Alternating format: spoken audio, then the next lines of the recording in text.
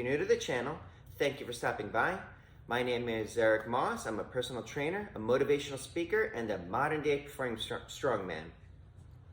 If you're unfamiliar with what a modern-day performing strongman is I perform feats of strength like bending steel, breaking chains, driving nails through wooden boards, rolling up frying pans, twisting horseshoes, etc., as part of a live show. Now, being a modern-day performing strongman and the fact that there's not a whole lot of us out there, I know that people are going to have questions for me. And I started a YouTube series where I would encourage people to ask me questions, and when you drop a question in the comments below, if it's something I haven't already answered, I will create a customized video just for you. And the reason I do that is because a lot of times what seems like a simple question on the surface actually needs a bit of a long-winded answer. But before I answer this question, I wanted to ask you guys a question of my own. I had been calling this series Q&A, but I was wondering, should I continue that or should I call it like Ask Eric Moss or something along those lines? So if you have an opinion, drop it in the comments below. And also, if you have questions, drop it in the comments below. But anyways, this question comes from, I have no idea how to pronounce his username, but it's like KRHFKP. So he says, could you do a video on how to train for the big human link feats with cars and planes, and how long and how much training will it take in order to perform this feat? So I'm not sure if I'm fully qualified to answer this, but I thank you for asking, and I'm going to give it the best shot. I haven't personally done any of the big human link feats yet. I actually do have holding back a motorcycle on the agenda for an event that I'm going to be doing in August. I've never done it before. I haven't rehearsed this feat yet, but I do think that I can do it, and I have full intention on actually doing it. I had figured this is the year because it's been 10 years since I started embarking down this road, and I've always had this on my mind, as it sounds like you do the same. So, though I can't tell you specifically how long it will take because I have no idea where you're starting from, and I actually haven't done it myself, so I don't really know exactly what to expect, but I can tell you what I'm doing to prepare for it. So, there's a couple different exercises that I'm doing. One is I've purchased something called a plateau buster, which is essentially a swing handle that enables me to do swings with like 300-ish pounds. At least that's how much I can fit on the thing with the plates that I have, and still be able to fit between my legs. Hashtag that's what she said. One of the things that I figured is when I bought the thing, I was reading some of the reviews for it online, and one of the comments on it had said, man, you don't even know what strength training is until you put 300 pounds on this bad boy and swing it for reps. So I remember thinking to myself, I'm like, well, I've dedicated my career to strength training, and if I don't know what it is, I sure as hell better find out. So I bought the thing, and I worked up to 300 pounds, and it's like, yeah, you could feel everything lighting up, and you could feel the thing trying to pry your grip open. And I figured that whole prying the grip open is going to be something that is critical to the big human link feats.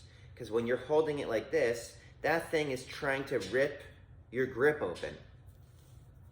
So you need to strengthen that aspect of the grip. At least that's what I think. So I'm doing 300-pound swings.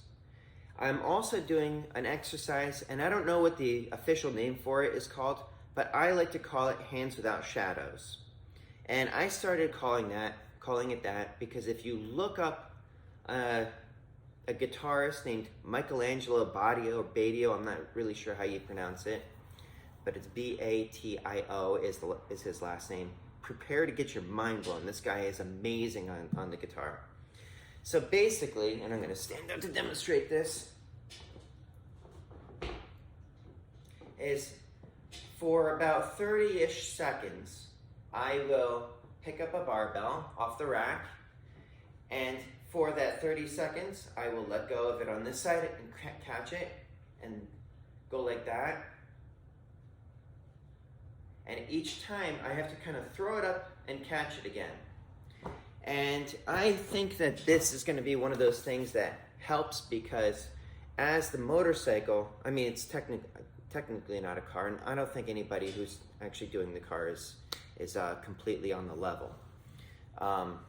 The planes and the motorcycles, I do think, can be on the level depending on who's doing it. So anyways, as the motorcycle tire is hitting the surface, there's going to be like sudden surges that are going to try to rip my grip open. And I figure I just have to survive those initial surges. And that's actually one of the reasons that I chose the heavy swing as well. The other thing that I'm doing is I've started working with club bells from Armax International, using like Scott Sonnen's exercises with the clubs. I'm actually fairly new to this. This is a club bell, basically a really heavy baseball bat. And with exercises like mills and shield casts, it is training your grip, but it's also training some of those lateral aspects of the shoulder girdle, as the thing is trying to, as the motorcycle's trying to rip me either way. I figured that club swinging should help strengthen those stabilizing muscles that help hold me together. So, in essence, heavy swings, hands without shadows, working up to a heavy weight, and club bells. How long it'll take for you to work up to it, I don't know. I haven't technically done it myself, but in my mind, it's already happened. And that's actually one of the things. It's like you have to basically see it like it's already been done. Put yourself there, get the mindset on board, so that by the time you actually approach the feat, you've already done it 100 times before. This is just simply the instant replay, as my first mentor, New Jersey Superman, the late Greg McTonick, used to say.